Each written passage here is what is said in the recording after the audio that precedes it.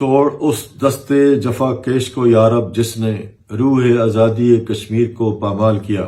5 فروری کو پاکستان میں اور بیرون ملک پاکستانی اور کشمیری ریاست جموں کشمیر کے عوام کے ساتھ یوم یکجہتی منا رہے ہیں۔ یہ سلسلہ جو ہے وہ بڑے عرصے سے جاری و ساری ہے اور اس دفعہ ہمیں یقین ہے کہ ریاست جموں کشمیر کے عوام کے ساتھ یہ یکجہتی جو منائی جا رہی ہے وہ پہلے کی نسبت زیادہ جو ہے وہ مؤثر طریقے سے منائی جائے گی،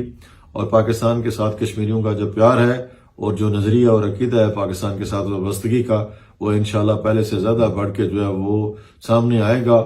میری پاکستان مسلم لیگ نون آزاد جموں کشمیر کے کارکنان سے اپیل ہے کہ وہ بڑھ چڑھ کے پورے آزاد جموں کشمیر میں بھی اور بیرون ملک جتنے ہمارے ساتھی بستے ہیں ان سے بھی میری گزارش ہے کہ وہ اس معاملے میں بڑھ چڑھ کے حصہ لیں اور اس یوم یکجہتی کی کامیابی کے لیے اپنا بھرپور کردار ادا کریں۔